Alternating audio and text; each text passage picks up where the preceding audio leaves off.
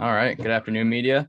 On behalf of the entire Providence Bruins organization, I'd like to thank everyone for joining us on this exciting day as we formally introduce the P-Bruins' new head coach, Ryan Mougenel.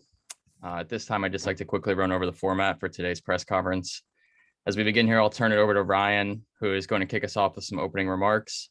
If you have a question for Ryan, please use the reactions button at the bottom of your screen and click the raise hand function to be placed in line for a question. I also ask that if you are not speaking, please make sure that your microphone is muted. And now, without further ado, it's my pleasure to introduce the 13th head coach in Providence Bruins history, Ryan Mougenel.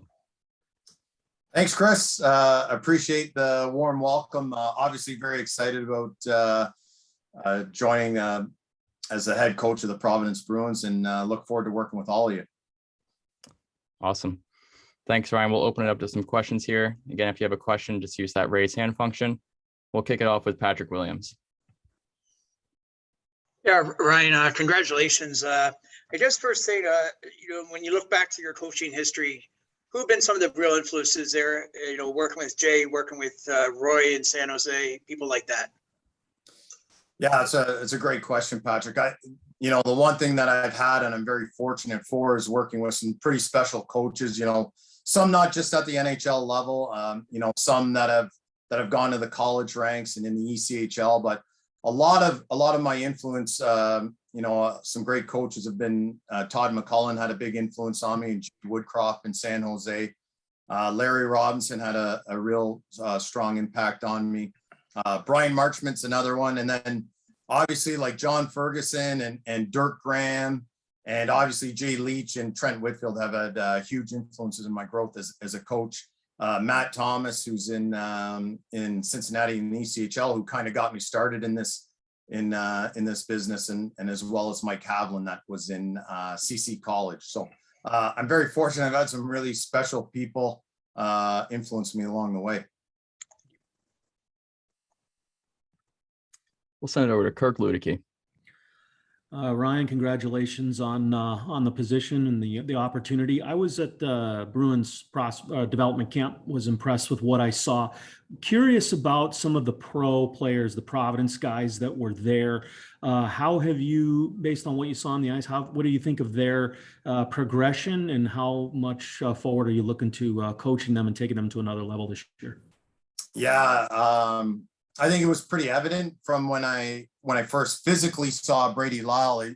His body has transformed. He looks like a man, and I think it was quite obvious that the work and the commitment that he's put in. So I was very proud of Brady, just in the growth that he's had. He's stayed in Providence. He's working with his strength trainers. He's on the ice with Kimmer, and it showed. He looked like almost a different player. So really excited about him. And then Olivier Voyer, again, has put the time in, super committed to the game. And it's something that Ferg and I talked about the other day.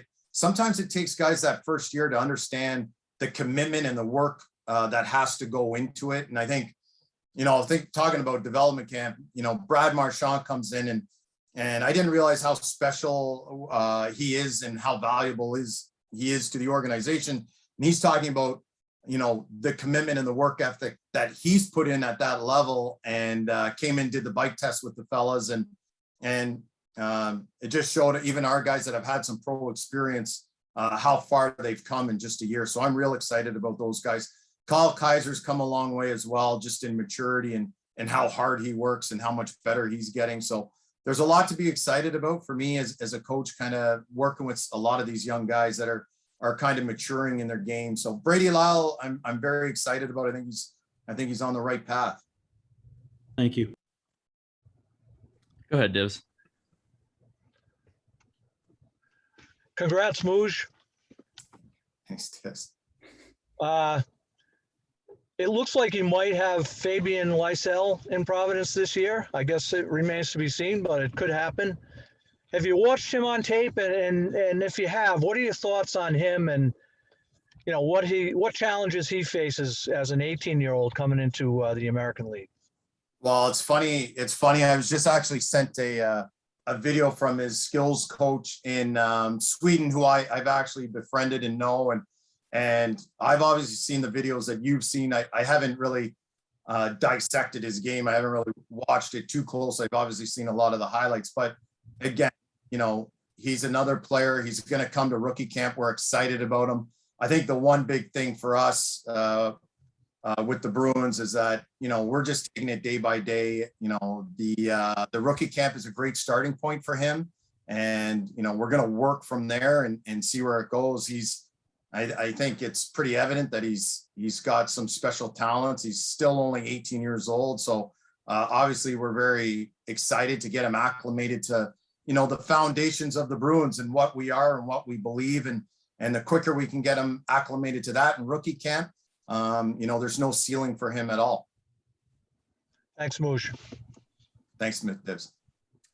Bill Koch. Ryan, congratulations. Thanks, Bill.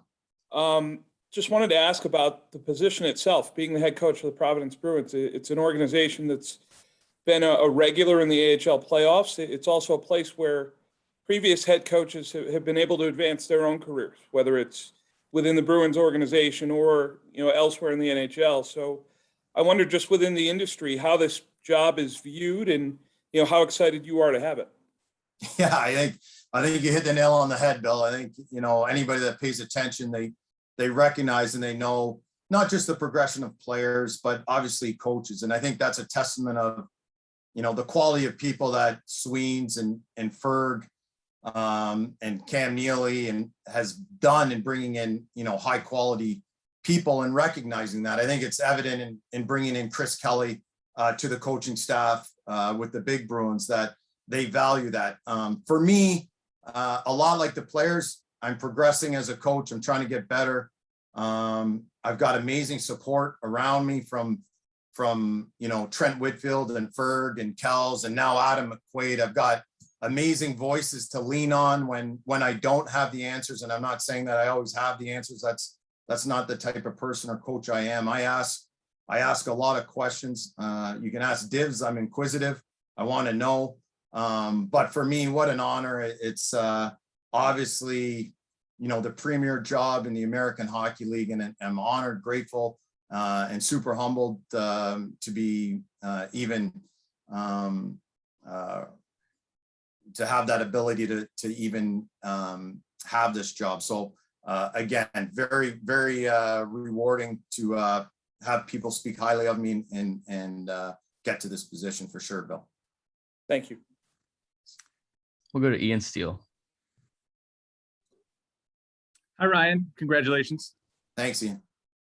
Kind of along those lines, you've been in Providence for a couple of years as an assistant, kind of gotten used to the area. What do you think of, the atmosphere there on a game day and about the hockey community as a whole, now that you're the head man with this job? Well, it's an amazing hockey community. Obviously, an extremely passionate fan base.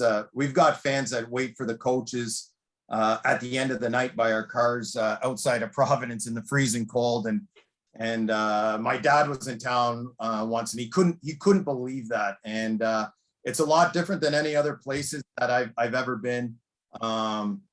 It's for our players, it's a testament. A lot of them end up staying around in the summer. They love the town. They love the community. They've been embraced. My family is actually from Hyde Park in Boston. So it's been a dream come true to be able to kind of blend both my family and my work. It's been an ideal situation for me. But the hockey community itself, having Parker Ford in development camp, I think, kind of said it all to me. And, I'm familiar with Parker from Trent Whitfield. He's been talking about him for a couple of years. Mark Divers talked about him quite a bit. So I got the opportunity to get on the ice with him and spend some time with him. And, for a guy that grew up, in Rhode Island and played his minor hockey to where he is today, it says a lot about, the players that have come from here, like Keith Carney, all Tommy Cross. I can start naming them off. So obviously there's a strong grassroots. I want to get involved as much as I can. It's real important to me. Go ahead, Gary. As everyone has said, Ryan, congratulations once more. Thanks, I know you're going to hear that a lot today. obviously the last 2 years, the teams have done very well, winning 2 Atlantic Division championships. What are some of the changes that you're planning for this team and kind of main goals, for the season coming up in your first year as head coach?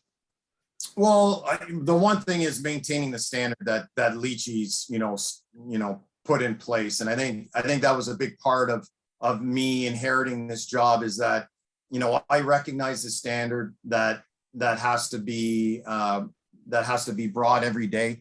I think the one maybe change for us is looking at the schedule. The schedule is going to be tough. We're going to really kind of sit back and listen to our sports scientists and make sure we're doing the right things with our athletes. I think our schedule is unique. It's not like a lot of others. We play 3-3s. We have 8 3-3s. And I think the one thing that's been the common denominator with us is we've actually had a lot of success with that format. So we're actually looking forward to that. We've got some young players that's going to have to get acclimated to it. But for us, same identity as we play. We're going to be, we're going to dictate, we're going to compete, and we're going to have a strong teammate value. So Witter and I have both addressed that, we want to keep this thing going. It's a great atmosphere. Leachy and Ferg have done an amazing job of creating an environment where guys want to come to us. And that's a testament of the Bruins. They know that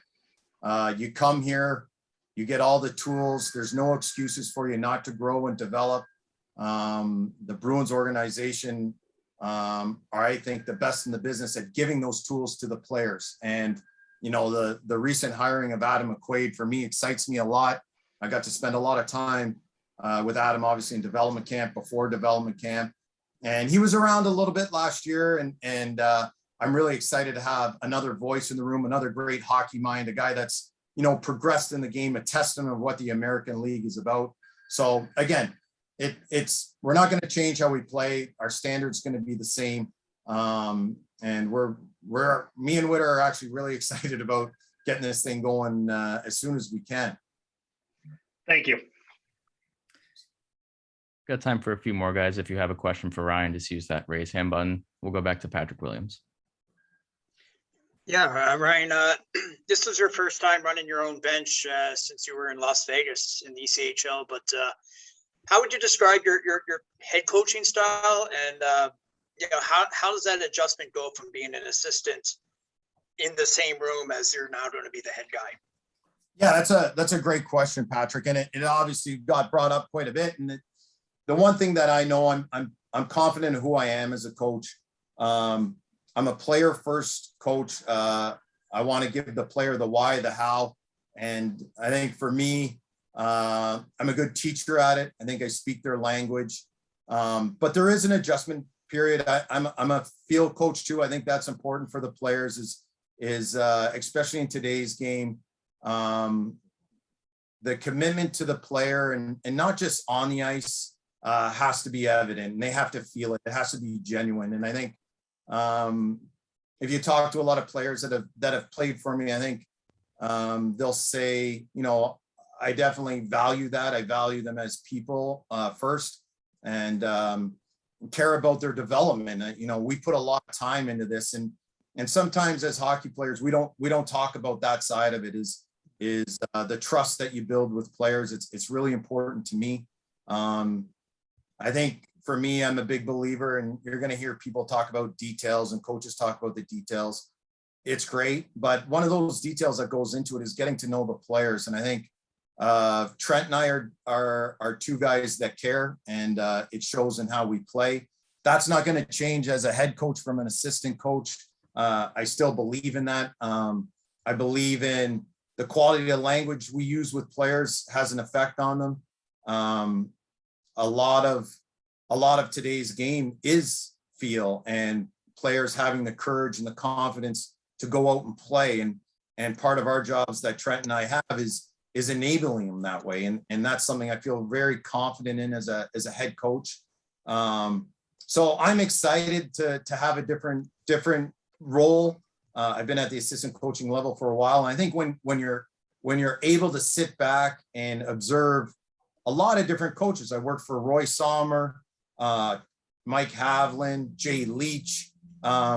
You forge things that you want to be and things you don't want to be. So I've had a lot of opportunity to self-reflect and really build my own identity as a head coach. And I'm very confident and sure in who I want to be when it comes to how we play and how my players perceive me. Go back to Ian Steele. Hey, Ryan, along those lines, how has that coaching style maybe developed or changed over the years when you were an assistant, now that you're back in a head coaching position? Yeah, I think like for me, it's funny. I read a quote the other day. I think it was Rod Brindamore that said, like, it's not so much about the X's and O's anymore. It's about, your relationship with players. And I was like, right, like that's the obvious, right? So I think definitely it's changed over the years for sure. I think that the biggest difference, to be honest with you, Ian, is players want to know the why.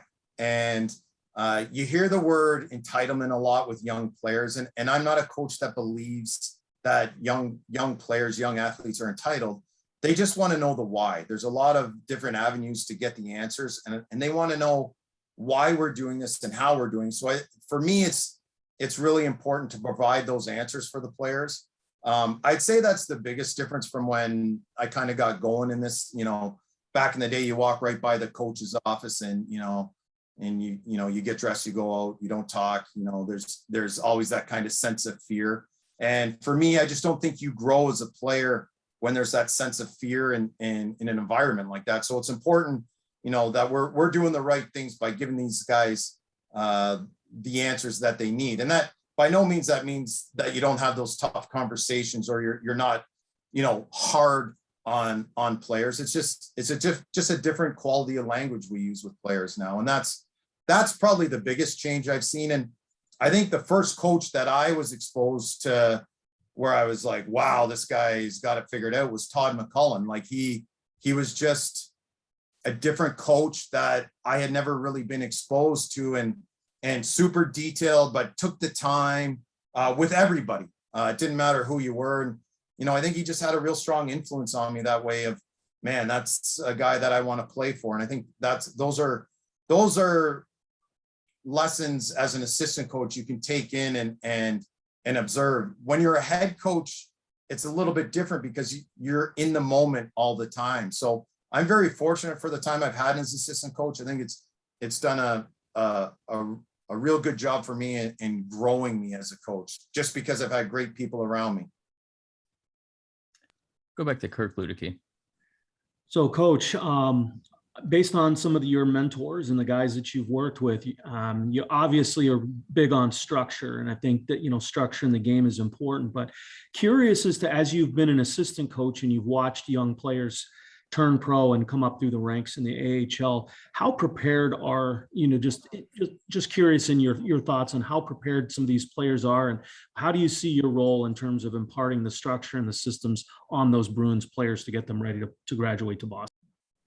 Yeah, I think the first thing, Kirk, is it's important that we have, vertical assimilation from the Providence Bruins to the Boston Bruins. The faster we can get guys acclimated in their skills to go up and produce for the Boston Bruins, that's the most important thing. So a lot of these players that are coming from great college programs and great junior programs, they've been well coached. So a lot of the language is the same.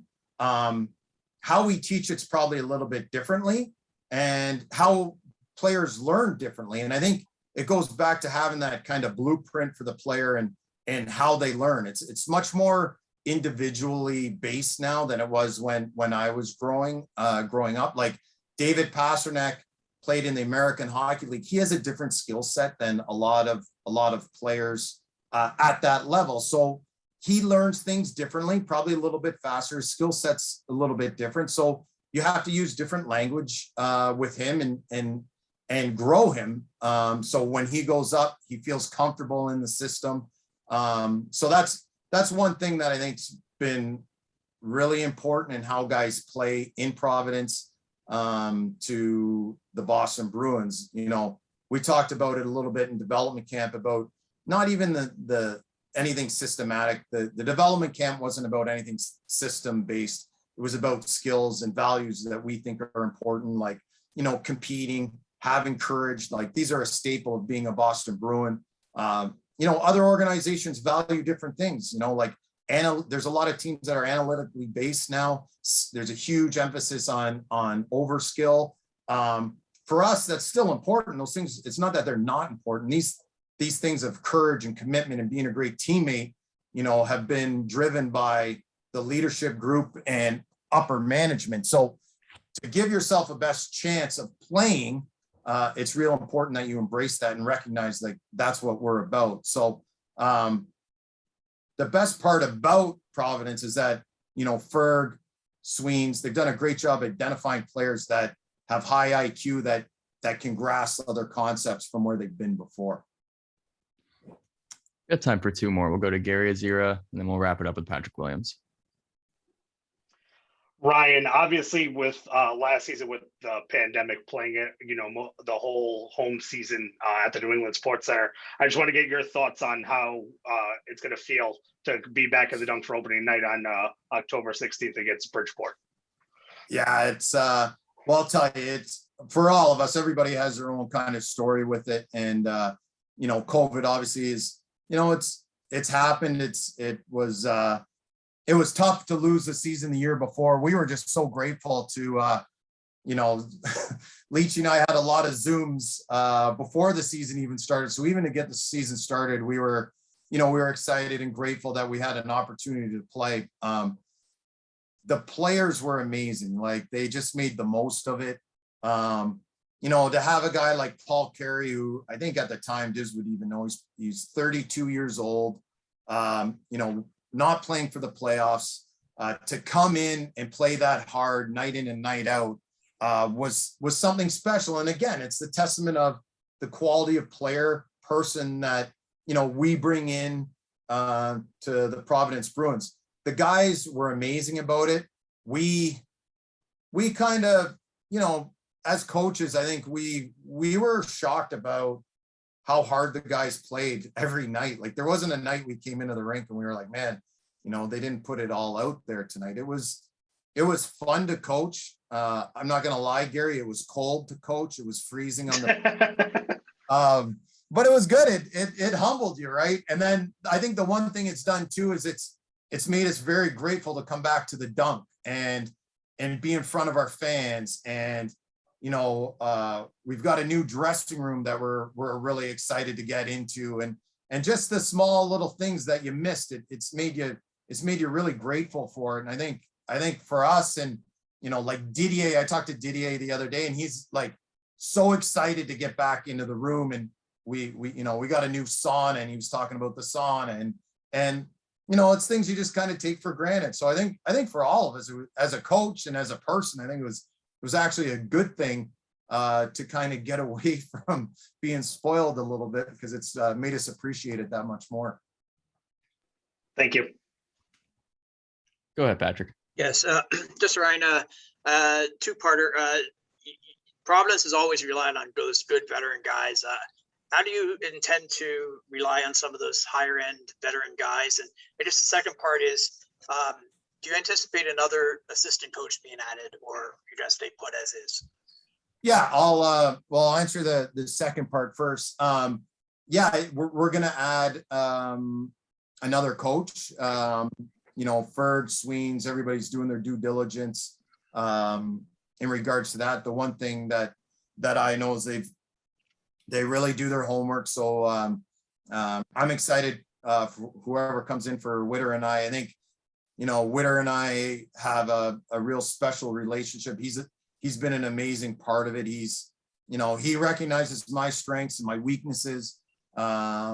You know, I haven't really found a lot of weaknesses with Witter. I'm trying to, but there's not a lot there. But we just complement each other well, and we need somebody that kind of fits that relationship with me, Adam, and Witter. It's such a big part of it. We're together a lot, so I'm excited to see who comes in, and we'll leave it at that. The other part of it is, you know, relying on those veterans in the American Hockey League are so important, and good veterans in the American Hockey League are really, since I've been around, really tough to find. They're not, you know, your Chris Breens and your Didiers and your Paul Carey's. Those guys are special and they're hard to find. So when you find them and they're an extension of you and your coaching staff and your organization, you try to hold on to them because you know how important they are as a coach, and you lean on them a lot. And I'm not going to lie to you guys, I'm going to lean on that leadership group a lot as a first-time head coach. I'm not going to say they're going to have all the answers or dictate from that standpoint, but I think their opinions, their ideas are real important. And again, Providence has done an amazing job of finding those guys. So I'm excited. Thank you. Awesome. Great stuff. Thanks everyone for joining. I'll send out a link soon to the Dropbox. I sent it out earlier, but I'll make sure to send it again. We'll have the full press conference recorded, both the audio and the video. Thanks again for taking the time, and have a great day. Thanks, Ryan. Thanks, guys.